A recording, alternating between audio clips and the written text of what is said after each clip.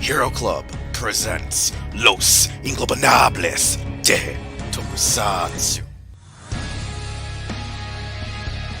Welcome to Los Ingobernables de Tokusatsu. I'm your host, Wheelchair21, and joining me as always is the returning Soundout 12. Hello, and good gracious to you. Yeah, now for anyone wondering why I'm saying the returning, you're gonna notice we had like a weird week hiatus out of the norm, only because Soundout had to go away for a little while. He went on a trip for his family's anniversary, or I should say his parents' marriage anniversary, and they went to a place called Hawaii, and they did some crazy stuff. I parachuted into a volcano and had to get reincarnated in a new body. Yeah, but before we get fully into his trip into Hawaii, where he did some cool stuff, we are going to be looking at some news, because as our lit list, we're going to be looking at some of the new Tamashii, should we say, complete selections and Ultra Replica items announced. And leading off the news, though, will be obviously Super Mini-Pla Jetman and Great Garuda. Then we will talk about Soundout's trip to Hawaii, because there's some Tokusatsu stuff that went on over there. And we'll close out with Tokusatsu's newest J-drama, well, none other than Tokusatsu GaGaGa. GaGaGa, GaGaGa, Tokusatsu. GaGaGa, GaGaGa, new waifu. Always new waifu. Anytime you start a J-drama, you're either getting an old waifu from a Tokusatsu, or another J-drama you watched, or she's brand new to you. Nevertheless, though, like I said, we're going to kick it all off with Super Mini-Pla, which practically are already up for pre-order. Most of these things are already up for pre-order, unless, you know, your middleman services have just not begun distributing them to your countries of origin, or not country of origin, of your just country of where you live, practically. Country of residence. Country of residence, I should say, yeah. Because while Jet Icarus is up at most retailers like Hobby Link Japan, AmiAmi, Hobby Search, Jet Garuda is not up at places like, say, Big Bad Toy Store. I don't even think they have Icarus yet, because Bandai has that weird issue of they'll sometimes bring over Sentai stuff through Bluefin or Bandai Collectibles Now, or they don't do it. So it's like one of those gives and takes, so you don't really know how it's going to work. But starting off, we do have, like I said, Icarus and Garuda. A lot of people would have thought they were going to be a set similar to Galaxy Mega and Delta Mega. However, if you're, you know, should I say, a little bit more keen on how the original deluxe toys were, Garuda's slightly moderately taller than Icarus, so it would have been actually harder to put the two in a box set compared to Galaxy Mega and Delta Mega, who are roughly the same size and a little bit more easier to compact down, since they're actually like almost single vehicle mechas and they're not like split across 6 different machines. But Garuda could have had Tetra Boy, no problem. Oh no, Garuda could have had Tetra Boy, no problem, but I think that the only other issue with Garuda and the Tetra Boy set that I was discussing with Mr. S, who is, you know, an official Japanese retailer and our sponsor, was that Tetra Boy might have an issue of size scaling and mass scaling, because it's a cannon and a little robot. Me and Mr. S thought, would it be in the same scale as, say, the General Beasts for Muteki Shogun, or would it still be like how the suit was, which was almost the same height as Jet Icarus? And then would that end up causing the figure to have balancing issues? So maybe that's something they did try on the drawing board, and then when they were doing the resin model kit, like prototype, it just didn't work. But with Icarus, it's going to be a June 2019 retail release for 5,400 yen. That's the base price. It actually will come with majority of the accessories it used in the show, like its Birdonic Saber, its axe, its mace weapon called the Crusher, the Magna, its hammer, its lance called the Jet Lancer, the wing shield, and ironically enough, the official gallery did not show that it actually came with the daggers. However, the actual official Bandai blog showed it had that, and I think a few more accessories. Other than becoming Jet Icarus, it will become the actual Icarus Hawken, which was the actual 5-piece combiner jet that was eventually, in a sense, tributed via Time Ranger with Gamma Mode. Then with Jet Garuda being a P Bandai exclusive, it's going to release in 2019 for most Japanese customers. However, in America or wherever other country you reside, it most likely will be out within a month or two, or by importing it, you will get it just within the first maybe week or two of the following month. It's going to be around 6,500 yen.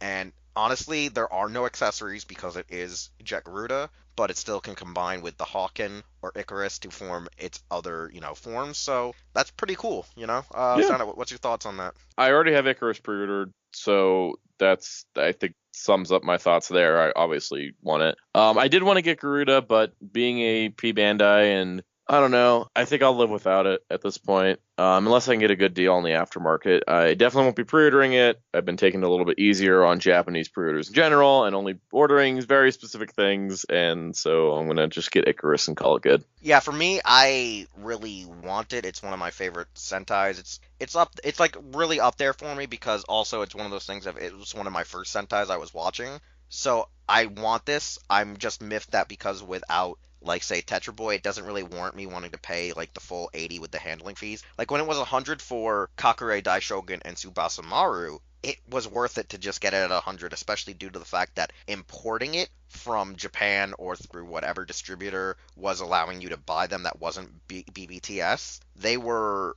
130, 150, and that's with your shipping, your handling, their usual 10% to 15% upcharge that they have to do because they're not getting an easy mail-in sheet from Bandai themselves. It's not like how Big Bad Toy Store and a few other stores in America either have that connection through Bluefin or Bandai Collectibles or directly to Bandai where they don't need to drastically upcharge them. They were like, hey, in Japan it's like 9,900 yen, so we're just going to sell it for $99 kind of thing. They were like, there you go, have at it. And so I just bought it for that price, and since I wasn't charged for tax, the only shipping I was charged was $4. $104 seemed reasonable when, if you judge if they were sold at retail, Kakure would have been like $60, Tsubasa Maru would have been $30, so I can't really complain. But, with how it works with Garuda being by itself, it's a little more a myth to me. And I'm also kind of pissed right now that we don't have a Mega Voyager or Mega Winger announced, seeing that, like, why the hell not make them since you did do all the mechas? I'm still waiting on Machine Koryuger. Buffalo for Live Man. I almost said Koyuger, but I mean Koryu Sentai. Zyuranger. But well, here's the thing with Machine Buffalo though, is I could see why they might not make it because it's like a mecha-based vehicle that is not really standard I like other the shows. carriers from the 80s, and I want them to make them.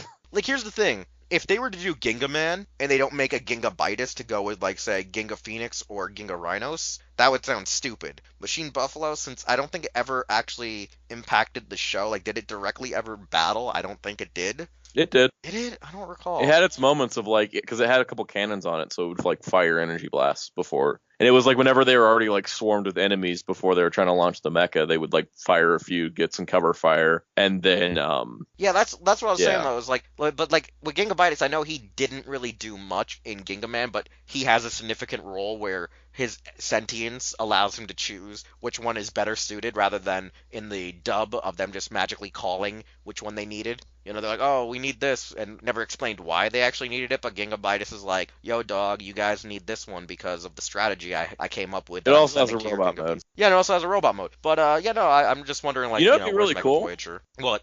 Because Ginga Bitus has always had the scale issue, what if the Super Mini-Pla, Ginga Rhinos, and Ginga Phoenix are the same size as the mini vehicles that came with the deluxe Ginga Bitus? No, because if it was that, it would be too short, most likely. The thing is that, like, if they made them that size, then suddenly Deluxe Ginga Bitus is actually going to be scaled properly. Yeah, no, here's the thing. I do believe that even with Super Mini-Pla, to make them accurate, they wouldn't be able to fully fit in there unless they did certain things, to the deluxe one. Like, built in their robot form, they would probably be in scale, because Super Mini-Pla Live Robo is, like, almost 6 to 7 inches. And scaled to Ginga Bitus, they were up to almost, like, where the sticker is on the toy, for the face plates, the face panels. So maybe they could, but overall, I'm just sitting here like, well, it's great that we know that we're finally getting the Jetman that were rumored for so long out of the photo book, the actual official book. But, where's my Mega Winger and Mega Voyager, damn it? Right? I'm only coming off of that aesthetic is because,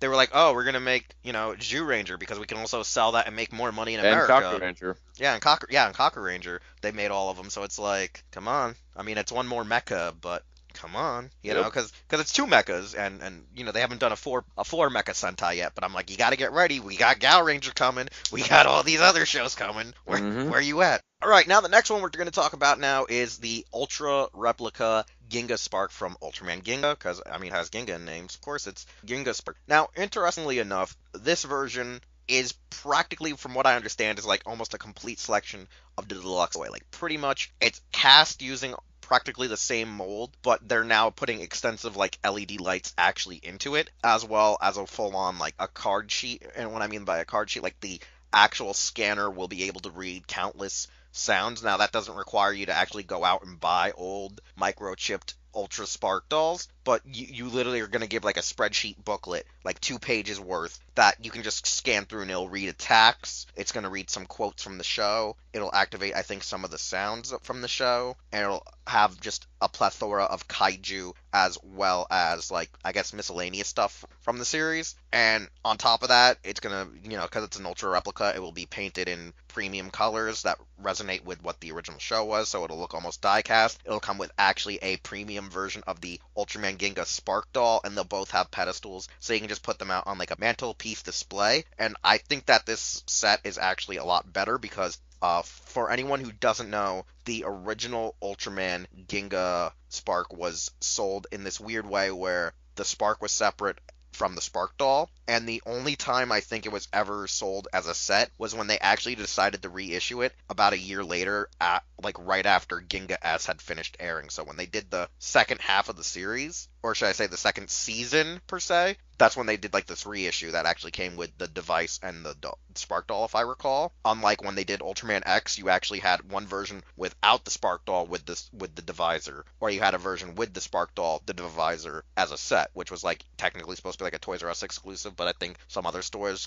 eventually got it because they just decided no Toys R Us exclusive, and Toys R Us exclusives were like the divisor, the card holder, and yada yada yada kind of spiel. But overall, this set will be 9,999 yen. It's going to be coming out in August 2019. So, Soundout, your thought on this Ginga Spark? It's neat, but having no connection to Ginga, it doesn't do anything for me whatsoever. Yeah, because the only connection you have is currently through X when he had showed up in the second part of the two-parter. Like, more or less, you would have more connection to Victory, who was like the star of their crossover. This is true. I really do. And then finally we have obviously the big honcho, the big cheese, the complete selection modification, Blade Buckle, Blade Rouser, and Rouse Absorber. Turn up. Now, there's two variations to this set, which one is the Absorber and the Blade Buckle, and then there's the one with the actual Rouser, but we're going to mostly focus on the three-piece set, which is going to be around almost 50,000 yen, which is roughly $500 USD. And it's being already priced at like 800 when you're trying to import it from a lot of sellers. Around 800 is the highest maximum I've seen thus far before you incorporate shipping and handling. Now, interestingly enough, this set will have like various cards. Like, it's not going to have all the cards because there's the possibility that they're considering releasing the other Rouses, or should I say the other Rousers, because Blade is actually a very popular show in Japan. So there's a high belief that we're going to get the Garen Rouser, as well as Liangle and Chala stuff, as well as maybe their belts in the future. Like, I don't know the full depth of it, but because... They'll probably be, like, similar sets. Unlike Ryuki, where I definitely don't see us getting any more visors, this I see happening. Now, here's the other reason why I see us getting the belts and the other Rousers only, is, like, not just because of its popularity, but because how each of the belts themselves either have, like, a different belt strap band or an actual front Rouser plate. Like, because Chalice has a different belt himself, and Liangle has a different belt, too, whereas Blade and Jack seemingly, like, you can probably, like, switch out certain things. Like, I think the Absorber has that you can go from Jack to Garen, but like the Blade Buckle itself you can't really. So I'm guessing they're gonna make all these belts, and it's probably gonna be cheaper that way, especially because the Blade belt is very, very, I guess you would say, one-dimensional in a sense, because it's just you hit a button and it flips. That's one thing I do like about these belts, is that element and aesthetic that not many shows do, because in the Heisei era you have to have all these cool gimmicks and shit, where this one's like, it's so simple, it feels it's so very self-contained too. Yeah, what I also like too is the fact that it comes with this thing called the Henshin Effect Light that you kind of, like, I think either clip onto the belt or hold out in front of you. I think you set it on the floor. Oh, you said, okay, yeah, you like set it on the floor and it creates the card like as a hologram. Now the thing is, it does say that you should put it up against like a wall to get the effect, but they say don't put it against the wall and actually try to run through it like a moron. Yeah, because I do have to remind that. And after watching Tokusatsu GaGaGa, I realize why these warnings exist. Because people are that stupid, unfortunately. Yes. Also, I don't know why, but I don't see a king form plate for the Rouse Absorber. Yeah, that one's missing because guess what? They're probably going to be like complete selection King Rouser. That'd be insane. But overall, though, I don't know. It's one of those things where I kind of just wish they were selling the buckle at one point. Like, they just give me the options because, like, I don't really need all this cool shit. It's good to have Yep. it, but I just want the belt. So overall, I don't know. That's all I can say. It's up for pre-order. Have a I'm lot of still money. not buying it.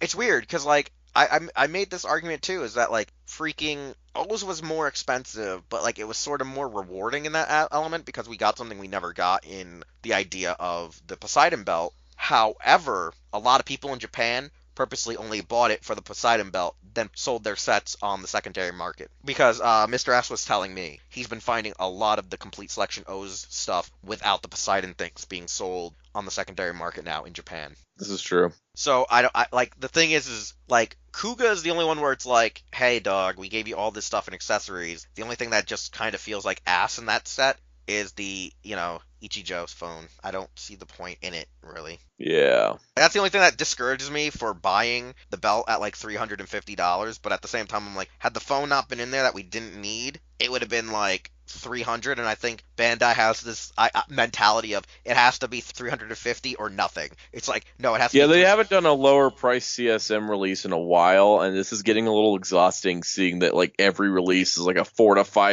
$500 box set. Like, geez, it's getting kind of like I'm not buying all these, but I'm starting to feel like a little bit like, yo, chill. Yeah, because like this is the thing is like, damn. what's gonna happen when they do Agito? Agito's like almost the same as Kuga, so it's like, how are you gonna argue to raise it up to the 350? What are you gonna put with it to make it 350? Like what? Seriously, CSM is terrifying, and it's just getting like I'm like I don't know if anyone out there is buying every CSM release now. Like used to be that people would do every CSM. Like I get that it was Yeah, easy because to what do was it? before. Decade was like only like 180. The end driver was like 140. Decade and the card set cost me $250. Okay, it was like Shipped. 250 and DN was like $250 180. shipped for the card set and the belt, which I was like, yo, that's nuts. And then like DN was like 180, and that I threw in a $20 binder. But like, Here's the thing: if Decade came now, the Deca driver would be the Deca driver, the K Touch, and the Ride Booker. That's what I'm it would still be. mad we didn't get the K Touch at least, because I think we should have gotten the K Touch pink and blue versions. Oh no, we should have. But I do believe that like if anything, they'll make up with the K touches, and they'll be like, okay, we'll sell the K touches as a set. We'll do the C.S.M. Deca driver eventually as the Neo Deca driver, since that sold real well. I mean, I pre-ordered the regular super best Neo Deca driver. I pre-ordered that. I hate myself. I was gonna get the new deluxe Neo Deca, but I'm also like, I'm just gonna hold out because I feel like there is gonna be a CSM. Like the only reason I got it is like either one of my friends actually stole my cards, or like somehow like they just went missing. And in my house, the rule of thumb is nothing ever really goes missing. It's either stolen or stolen. By the way, the Blade set is already selling well. It's moved on to second shipment for August. That means it's moving a little slower than Kuga did. Yeah, Kuga's is on third. It was like fourth the last time I heard. Like they had to open it a second time just for the first month, and then they finally started adding more months. Decade's like the Neo Deca drivers at like 4 now. Yeah, no, I pre-ordered it like as like I think when was the first month it was supposed to come out? I don't remember, like February or something. No, I March? thought the Neo Deca driver was supposed. I don't know. I'll double check again after the show, but yeah, no, it's weird. Complete. I was saving my money for Hawaii, and that's why I didn't order a Neo Deca driver. By the way, the last complete selection modification release to be under 20,000 yen was the Hopper Zector in 2017. Everything else has been like kind of nuts. Yeah, because like right after that was Den-O. Like the Den-O complete set was like 20,000, I think. Yeah, okay, so and then Kaiza, which was 45,000, then O's, which is 35,000, then let's see. I guess the metal holder at 3,500 is the cheapest of the past. Then the Ryuki for 4,800, Kuga for 2,500, and now Blade for 4,550, 45,500. This is insane. This is friggin' insane. The first CSM was double driver at 9,722. Yeah, no, here's the deal with mine, right? So, my Deca driver is on, like, the third release, because, yes, it was March. But here's the thing. By the time the people that I pre-ordered it from, that's the only time, like, they were so behind on this release. Like, the CSM, they were behind by, like, a month, right? Like, they were just behind. Like, they got Kuga, like, a week later, but it was already on April or whatever. But with Neo Deca driver, the guys did not have it up for, like, 2 to 3 weeks, and that thing was selling out. And Yep. I was That's why like, they didn't what the hell's have it going up, on? I think, because they weren't able to lock in orders yet. I know, and so like by the time I got it, it's in June. Like had I gotten it during the May stock, I wouldn't be as complaining as much, only because my May is like bare ass naked when it comes to orders. My June now is getting like Mine pretty isn't. full. My June's getting a little loaded. My May just has a Hellboy. And it's weird, like everyone goes, Wheels, you shouldn't buy all these Tokusatsu toys, and I'm like, sometimes it's not Tokusatsu, it's like pre-order like a It's DVD my money. collection. I can spend it how I want. No. Like at least one thing is like I'm not like most of the Tokusatsu fandom that like I know, which is only Tokusatsu, only ever. It's like nothing but Tokusatsu. I'm just like I buy three things Tokusatsu maybe a month, maybe every other month. The rest is like It's hit or Transformers or miss for nothing. me. But like I buy it's weird. superhero figures. But no, yeah. That's Anyways, mostly comics, though. but yeah, no. Anyways, complete Oh, by selection. the way, Deca Driver was 12,000, card set was 7,000, and DN Driver was 16,000. Okay, so like 180. Okay. Yeah, so it's Yeah, like, but so yeah. okay. No, but so anyways though, as we're getting off point, I think we're just stalling because we know this episode is gonna be short. But no, the CSM Blade Rouser, I almost said Blade Driver, I don't know why. Blade Rouser set and buckle. It's cool, it's great. I just I would like to buy some belts. I don't want additional stuff, please. Like I mean, I still really want that Ryuki shit, but at the same time, like most people that opened pre-orders for it were like, well, we know you people aren't gonna want just the belt. You're gonna want the drag visor too. So they never gave me an option to pre-order just the standard version. It was like, no, you're getting the set, and that's all you're getting. And I'm like, I don't want the set. Yeah, like Bandai offered the set, offered them separate, but none of the seller sites did. Like I think a few like middlemen like themselves, like the middlemen themselves do give that offer, not on their website, not to their listings, but if you privately ask them, like that's one where you have to actually like go and email them, hey, I just want this version. They'll probably do it for one person, you know what I'm saying? Like the few loyalists that are like, hey, I can't do the full one. Can I get the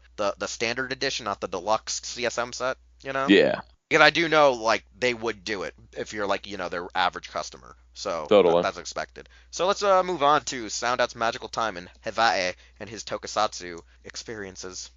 So first story I'm gonna share because it's not tokusatsu, but it's funny. So during my trip to Hawaii, for those that don't know, there's a high population of Japanese tourists. Like there's a lot.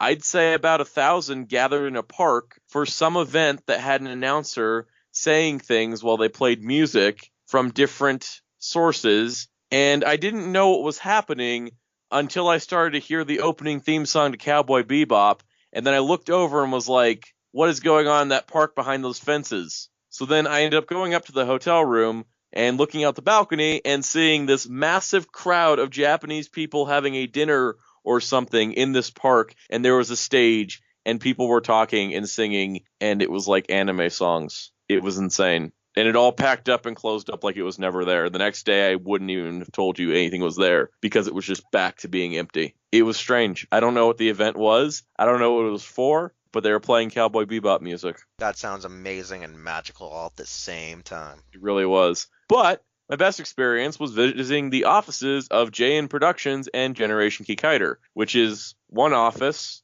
It's on the third floor of an office building, very nondescript office building. They mention it on their website that they do have a office/shop. Come visit them if you're ever in Honolulu. And I did. I actually managed to track them down. It took about a half hour to get there from my hotel, partially because the island of Oahu has 1.7 million people plus tourists, so getting anywhere takes a time. It's weird how when you say tourist, sometimes it comes out on my end as terrorist, and I'm like, I'm hoping the recorder doesn't catch this. It might be what I'm actually saying.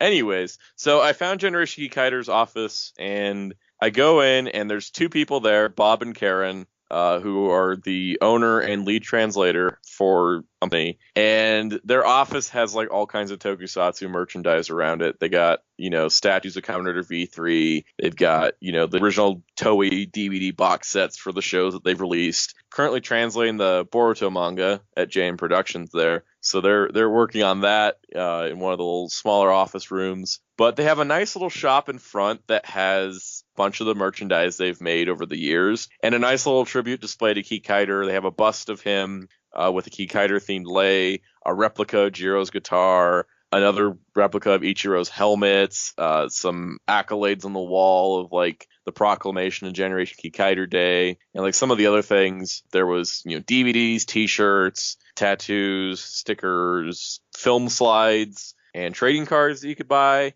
I picked up some stuff, like I picked up a pack of trading cards, the Volume 1 Kikaider DVD, some stickers, one of the film slides, and a T-shirt of Kikaider on the side machine. But I had a great time talking to them because it was like, for most of my Hawaii trip, we were kind of in the more touristy, high-rise urban areas. But this was kind of like in the urban area, but it was with more local people. And I had a great discussion and talk with them. And we took some pictures and had some fun with that. And they featured Yeah, me we'll on the eventually Facebook have them on the page. we'll eventually have that on the Instagram page. Yeah, we need to post those. Yeah, we should. I But forgot to do it because I had to go and get my stomach examined. anyways, we'll post some pictures of it. But yeah, I had a great time because it was nice to talk to them. I had talked to them about, I've ordered stuff from them before, some of their DVD releases. So it's cool to go to the actual place where it all began. And the owner, he really liked the fact that I liked older tokusatsu more so than modern tokusatsu. And he was like, so, what kind of tokusatsu do you like? I'm like, well, I started with like modern Kamen Rider, but I really like Showa Kamen Rider more, and I've discovered other heroes like Kikaider and some of the space sheriffs, and other random stuff like Kyodai. And he's like, "How do you know this? This is amazing!" So I think he was very well impressed with Sada, I have a my feeling knowledge. Sada, I have a feeling you brought up the part. You're like, yeah. So one of my friends is a white guy that people think is Filipino, and then my other friend is an actual Filipino who Oh yeah, grew I up didn't with all mention you this. guys much at all. It was just all Yeah, about me. I know you probably did, but I would have been actually bringing you guys up.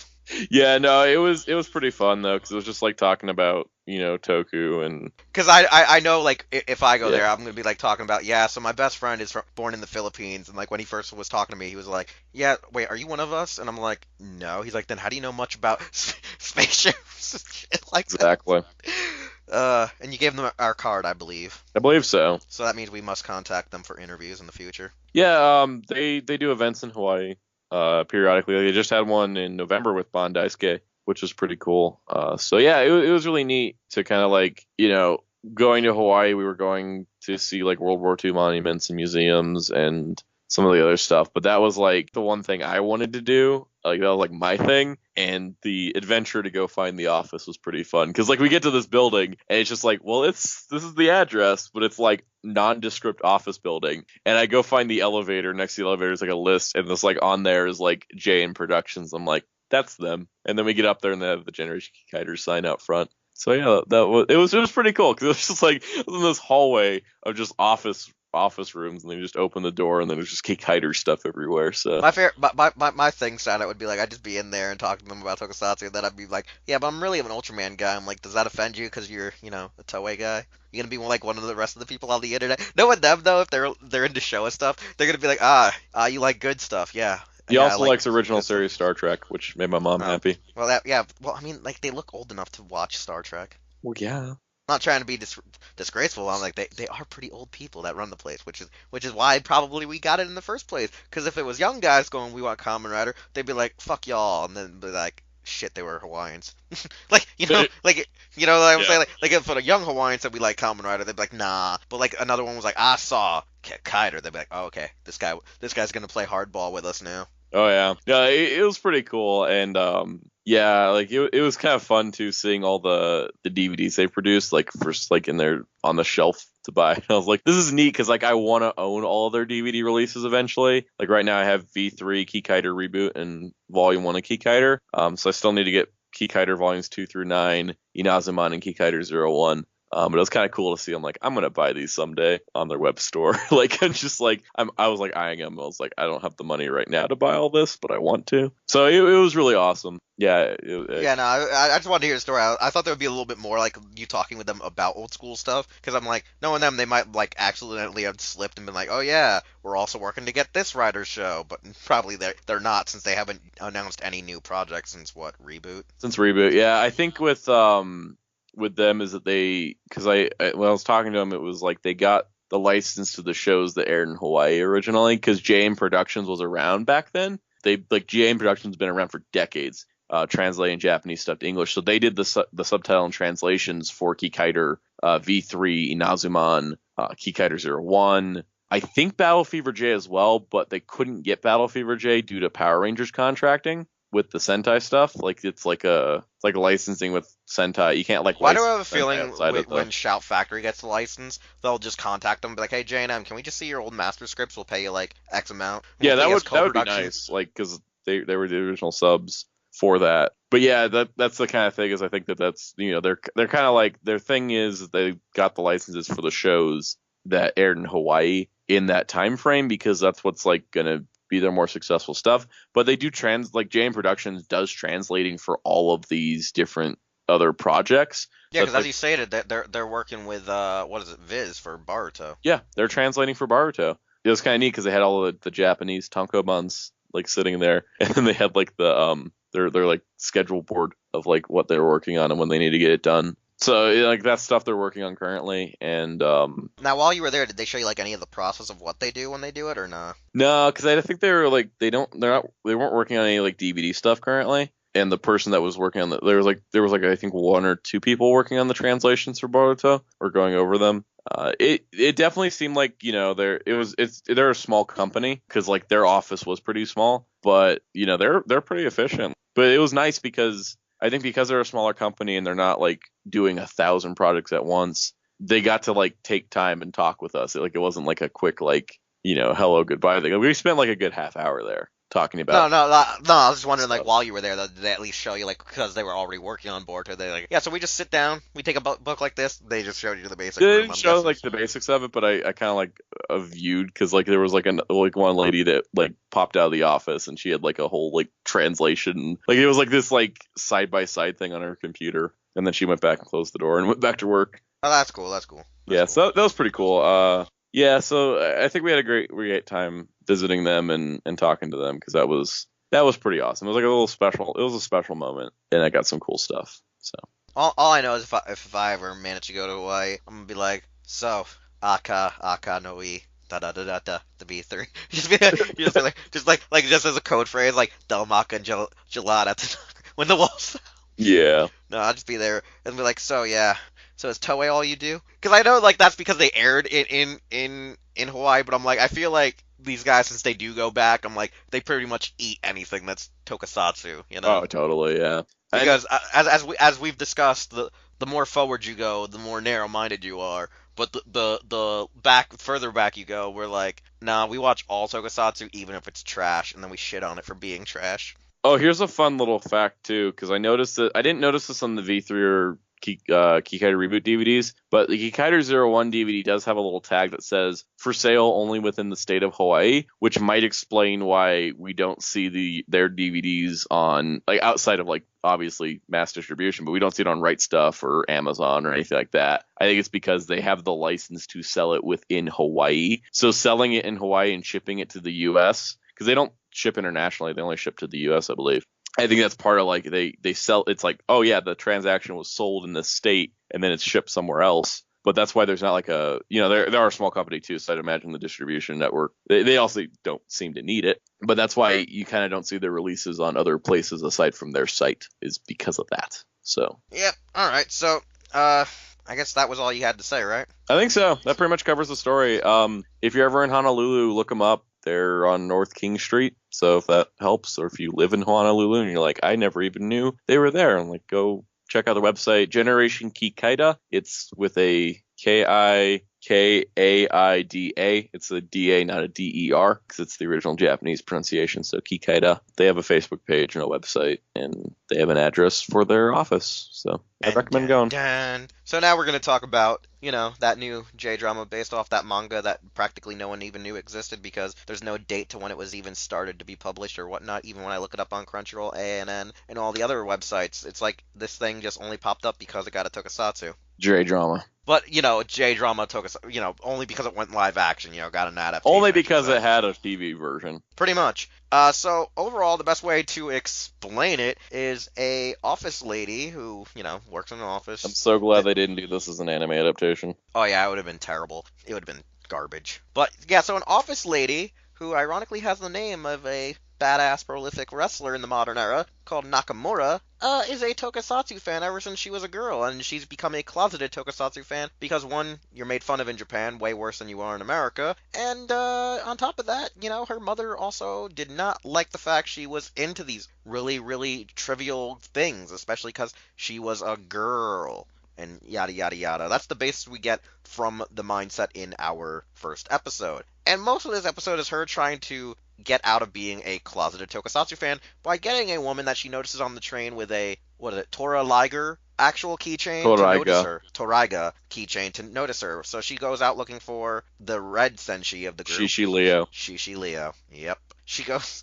to get that keychain to try to get herself noticed by one of her fellow commuters. While in the meantime, one of her weird, janky co-workers is trying to flirt with her every which way, and all of her hot co-workers are trying to thought it up by going to parties and talking about actual relevant pop culture cute anime mascots, while also our main character seems to be not a midlife crisis, but a lot of references to Christianity, which is kind of hilarious. She's like, oh my god, I'll be persecuted like the Christians. And it leads to a lot of zany, weird things where she starts having hallucinations, as if she was an Akiba Ranger. Delusions is the official term. Delusions? Okay. Delusions. Like But Delunite. but that's practically most of your first episode is her trying to get a keychain and get noticed by a female, commuter to work, which actually does succeed after she befriends a little boy who also wanted the Shishi Leon actual keychain. So it's a weird, heartwarming 45-minute episode J-drama with, interesting shenanigans of her just being a goofball, not realizing, stating the obvious, or trying to make the easiest excuses in life would just, not cause her any shame and ridicule. But no, she just freaks out, flakes out, doesn't think of, oh, it's for my little brother, or, oh, it's for my cousin, or, hey, this is a song I grew up with. Because there's a part where she gets roped into karaoke, and she finally uses this thing, this song is from my childhood, and it's still a favorite song of mine, even though, I outgrew the show kind of thing. And then the rest of her coworkers are like, yeah, I remember this song too. Which makes me wonder, do a lot of Japanese people not ever go back and rewatch any of their favorite shows? Even if it's I mean, out of your American age limit. people don't do that either, so. Not true, because it's American people are like, oh, I used to watch that as a kid, and then they kind of go and watch some of it, but they don't go hardcore the otakus do, I guess you would say. Yes, exactly. I mean, people go back and rewatch things like, oh, you like Star Trek Next Generation, but you're not super Trekkie, but you'll go back and watch it because it's on Netflix, stuff like that. So it's like, wait, why wouldn't you go back if it's on Netflix? It's called convenience. It's there for you. Exactly. So with the first episode, what's your overall thoughts on the shenanigans? I'm really happy with this. I went into it because I saw people on Twitter talking about it, and they're like, oh, wow, it's like the Akiba Ranger I actually wanted. And then seeing it, it's really charming. It's really relatable. And it's really funny, too. Like, the comedy, I think, really landed. And it didn't feel too forced. And I know as we were watching it, we were yelling at the screen. And anytime you have anybody yelling at the screen is a sign of an impactful piece of media. Whether it's for good or for bad, if you're yelling at the screen to try to get the characters to do something, that means you're invested. And to get that kind of investment from a first episode is pretty impressive. And I don't know how many episodes is going to run, but I'm looking forward to seeing the rest of this. I'm really, really, really love this so much. Yeah, no, it's funny because there's I did the same thing where with Sound we were just shouting and I'm like, oh my god, for the sake of comedy, why are you doing this? You could have downplayed some of this, but no, it's Japanese comedy, so we're gonna up that ante to 11. Interestingly enough, our main character, Nakamura or Kano Nakamura, is played by Fuka Koshiba, and here's the interesting thing that not many people might not know unless you go and check her Wikipedia page, is she actually played Kiki in the live-action adaptation of the actual novel that was turned into classic Studio Ghibli film called Kiki's Delivery Service. Oh, Yeah, wow. yeah. I didn't even know Kiki's Delivery Service, one, had a book, two, was adapted into live action, because the thing that I usually associate is that most of Studio Ghibli's productions are loosely based off books, but are usually their own takes on books or legends. And, usually they seem like they're original products. You know what I'm saying? I rarely hear them doing, adaptations of stuff, but that's kind of, interesting that they just adapted this novel and that led to it being, this really cult classic kind of thing, You get what I'm Yeah. trying to say, right? Yeah, I know So what it's you're like, saying. It's kind of like you have the Ghibli films. Like they're such creative original works that sometimes you forget that they're based on something that pre-existed. yeah, so like that's one thing I was just bringing up because I thought it was like a fun fact to mention. Like she was Kiki, so that's one thing I just wanted to bring up. So at least she's done stuff. Like I'm looking at her filmography because like I kept saying to myself, we have never seen this girl before, and I wonder what she's done because she is becoming a new waifu. And like, ironically enough. She's in Great Teacher Onizuka from 2014. That was the one that had a couple of Tokusatsu actresses in it, like before they were in Tokusatsu or already in Tokusatsu as the student council in this series, or girls at the school. So it's ironic that like I didn't immediately catch her, but then again, when she was in that show, that was like 5 years ago. So the difference there is that like maybe just style of hair or just being younger, like facial changes, honestly. But yeah, no, I find that very hilarious. Is that like like she's been in at least another show I've seen, so I'm gonna go back and see if I notice her now. But like I like her. She's adorable. She's funny. We must protect her. We must protect Yes, her. protect her with all our lives because she's amazing. I gotta say, she is probably gonna become our new meme mistress because like her faces in this like capture everything a little too to the T. Like it was just like, dude, this is like so over dramatically accurate that it's not even funny. Like the face when she looked like she was gonna kill all of her coworkers when they finally convinced her to do karaoke. The face she made like when she was trying to get the actual gashapon machine to land on Shishi Leon. The fact when she was like gonna kill a little boy that she thought was Damien from The Omen. Like I was like, man, this girl is a really, really crazy girl. Like just the way she like just portrayed her was interesting. One thing I want to point out too is the fact that like all the Tokusatsu characters are heavily inspired by Toei. So what I'm assuming, and I could be wrong, what I'm assuming is that this person who wrote the series must be just a huge Toei fan, the actual person. I'm trying to find out more about them right now, but I have not, I think, found like an actual page linking to them. Like it's from Niwa Tanba, and I have a suspicion Niwa Tanba might actually be a woman because everything I'm looking for doesn't state the gender. Yeah. But Let I me did look into like I TV Nihon's wiki. yeah, I'm looking. Yeah, no, there seems to be a photo of casting announcements, and I think she is a woman. Yeah, So I yeah. think so. So okay. So anyways, so overall for the first episode, I like it. I don't think we're going to be doing episodic reviews on this series, but I do enjoy the show. I think people should go out and check it. I mean, I do sort of wish for it to being a, tokusatsu comedy manga that's being adapted into live action. I would have thought they would have tried to go out on a limb to get maybe a couple of tokusatsu alumni actors for this, like even though like it might be a little hard, but they could have gotten maybe a few people to play her office coworkers. The only one noticeable in the show right now is Rina Takeda coming off of Kamen Rider Amazons, but honestly I didn't recognize anyone else. Like there's a member of what is SKE48. I'm looking at the cast listing, but that's about it. That might be noticeable to, North American fans since the whole AKB48, crew, like, all the branches seem to be now popular in North America. I don't know how. It's still It astonishing. just happened. I don't know. No one knows. Who knows? So, what else can you say about this? It's good. Go watch it. Yeah, I definitely recommend it. Definitely enjoyed it more than I thought I would. And now it finally did the one thing me and Project were fighting to get Sound Out to do. Consider watching Good Morning Call. I have an empty gap now that I don't have to watch Gotham. Dun dun dun. Which means we're probably gonna go watch it right after we record this episode. Dun dun dun. Dun, dun. No, you need to watch Young Justice first. Bitch, if I watch Young Justice, you gotta go watch Good Morning Call. That's fine, but you gotta watch Young Justice first. No, no, no, no. I'll watch Young Justice while you watch Good Morning Call. That'll never work. Will it not work? It will not work. I just go onto your account, I go watch that while you log on to Netflix. Yes, but I want to watch Young Justice with you. God damn. You know what? Fine. We'll do 3 episodes of Young Justice. Then we'll do it like they actually came out. We'll do it in batches.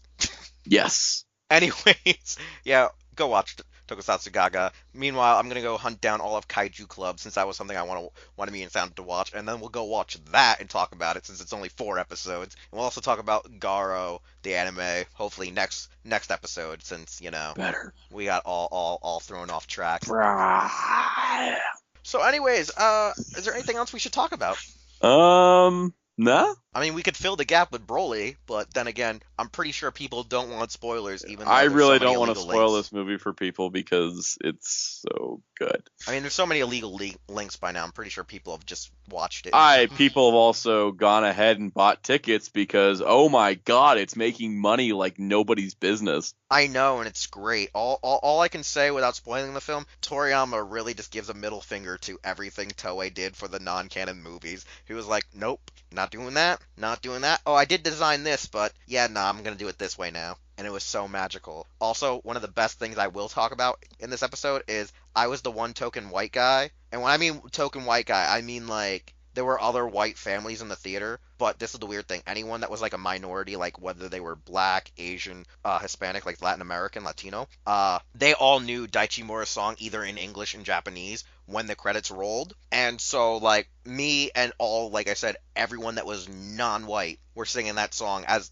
like the credits rolled. And like all the other like regular like majority white families were like looking at us like, "The fuck?" And that kind of proved something. We know That anime you're more than not white. kind of. Yeah, kind of. Okay, I'm I not was white like, either. you just look it. Yes, but there's a Yeah, difference no, between looking it and being it. but no, that was a thing. Like it was just weird. Like all of us were like hardcore singing "Break the Ice, Break the Ice." Like I'm just singing the chorus just for the sake of it. Like you know what I'm saying? Like I'm just singing one of the bridges. But like we were just so hardcore into it, and like people were dancing, and like everyone's like, "What the hell's going on?" It's like when I went and saw Battle of Gods and they started playing Shala Head Shala, and I decided to start singing it really loud and see if anyone else joined me, and I got like 10 people in the audience to do it. I'll give you a better one.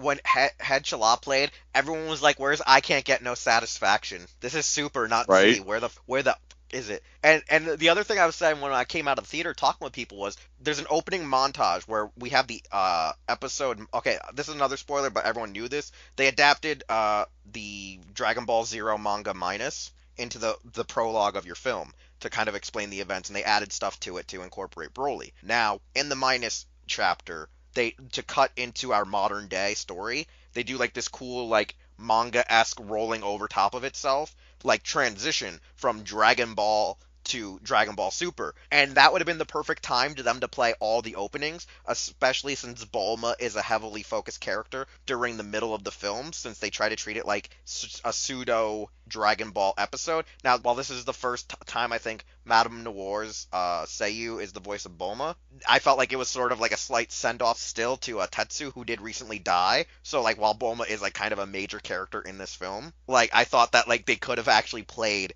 during the transition, the original Dragon Ball song, Chala had Chala, then transition to I can't get no satisfaction. Satisfaction. Because the way they do the montage, it's like a solid 3 minute. So you could have done for each minute of the era, you could have done all of their three preferred songs. Or you could have done all five songs, since original Dragon Ball just had, the original, and then Z had two songs, and Super had two And songs. then they So just that. start playing Don Don.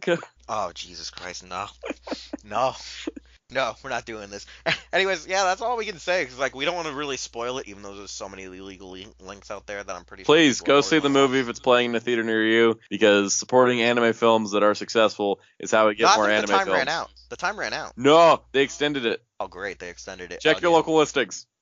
Anyways, I think that's all we can talk about now. I don't think there's anything else we can talk about. I'm gonna see I Gundam mean, Narrative in a couple weeks, and I'm super freaking excited. I think we're gonna probably address the Super Sentai Strongest Battle when it's all done, and we're just gonna do that as an episode because we're not gonna go and do Loop Pad immediately after Loop Pad. I mean, we probably should, but I'm like, You need time to watch it, I know. yeah, I'm like, I've fallen off the grid. I'm like, nah, I don't want to watch this. It's not that I hate the show, I just don't want to watch it. It's weird. I get like that sometimes. Like if I hate a show, I don't watch it. If I If I'm wasn't just like trying to make burnt sure my out, yeah. parents see all of Gundam Unicorn before we see Narrative, I would be watching like Loopat like immediately. But Narrative I don't or know. Unicorn comes I'm first. still trying to fathom this because like if I don't like a show, I taper off and don't watch it till like later. But if I like a show, I taper off still, don't watch it, and then I just binge it all once it's done. It's like really weird. Like I still like in a sense I didn't did watch that the with show Kamen when it Rider aired. Drive. I just watched like I waited for a batch of episodes, binged them, watched batch of episodes, binged them. I think my problem is like I just kind of hate having to go and download each week torrents, and that's why I just like wait and binge them all. It's like I This don't is like why I doing have it like Darkon that. send me everything. No, I used to have him do it that way too, but then he starts forgetting which episodes he sends, even though like he writes it in as a list down on a Word doc. He forgets. Yes, Immediately. that is Darkon. That's the other thing. And then there'll be times where like he doesn't go and download it the day it comes out, and then he forgets to download it, and then it's like he sends you the like 2 weeks later episodes, but then forgets to send you the ones he didn't go and download. That has happened before, yeah. And that's why like once I got my new computer, I started downloading stuff myself because one, the computer could handle it because it was actually a stronger computer, way stronger than I would have thought. 1 + 1 + 1 +1. Ah, go Lion! We were 1 short. That was only 4. I lost count after a while. Yeah, that's fair. +1. But also, plus with the song, sometimes like they just say +1, +1, and then you just start shouting "Go Lion." I'm like, wait, did you even say 5, or did you shout 4 and then just went to "Go Lion"? No, I'm looking it up. Yeah, I don't know. But anyways, yeah, nah. Broly's good. Tokusatsu GaGaGa's good. Generation Kikaider's good. I'm gonna probably try to get an interview with them because I mean, everyone else we tried to get an interview didn't return back to us, but I feel like they'll be courteous enough. And yeah, nah. I'm not gonna lie though. Like even though following +1 +1 +1 Go Lion. Yeah, it is 5. Okay, but anyways, anyway, singing along to the video now. Anyways, though, what I was trying to say though was the idea is like maybe we'll just do more like Los Ingobernables de Tokusatsu, like non-Tokusatsu episodes, or like ones that are a little bit more on Tokusatsu, but not entirely. Because like I still kind of want us to do the whole thing where we just go watch some ADV releases, and I'm like, well, I don't want to make a whole new show just for separate shit. And I'm like, we are called the Ungovernables of Tokusatsu, so it's like we're gonna go look at a Toei anime because fuck you, that too. I also have some ideas for Toku stuff we can watch. I don't know. This is gonna lead to a path I don't want to follow, isn't it? Oh yes. If it leads to Skydane and Kaidane and yeah, Kyodine. Look, if you ever thought that old Toku could not be more drug trippy than it already is, you've never seen Kyodine. No. There's a lot other ones out there. Some of them are the robots eat food. So BJ Stag. And they give you a full 8-minute demonstration on how to cook robot food. This show's on crack. We need to watch it now. I told you. Speaking of which, I don't know if the subs ever got done. Anyways, I don't know what else we can say for this week, so we're just going to wrap it up on a high note of robot food, Go Lion, Broly spoilers, Tokusatsu GaGaGa, Generation Kikaida, and I'm going to buy more C.S.M, Ultra Replicas, other stuff, and whatnot. So this has been, like episode 73? And we'll see y'all next time with 74. I may be dead, we'll see. Hey, it's Wheelchair21, and thanks again for listening to an all-new episode of Los Ingobernables de Tokusatsu. If you want to hear more content or see more content from the Hero Club YouTube channel, we're going to need you to subscribe, like, comment with some feedback, and share this channel with a friend. We also would like you to check out our website, hero-club.com, and follow us on various social media outlets just by looking up Hero Club for Life, as well as the stores you see are where we shop. Anyways, thanks again, and we'll see you all next time.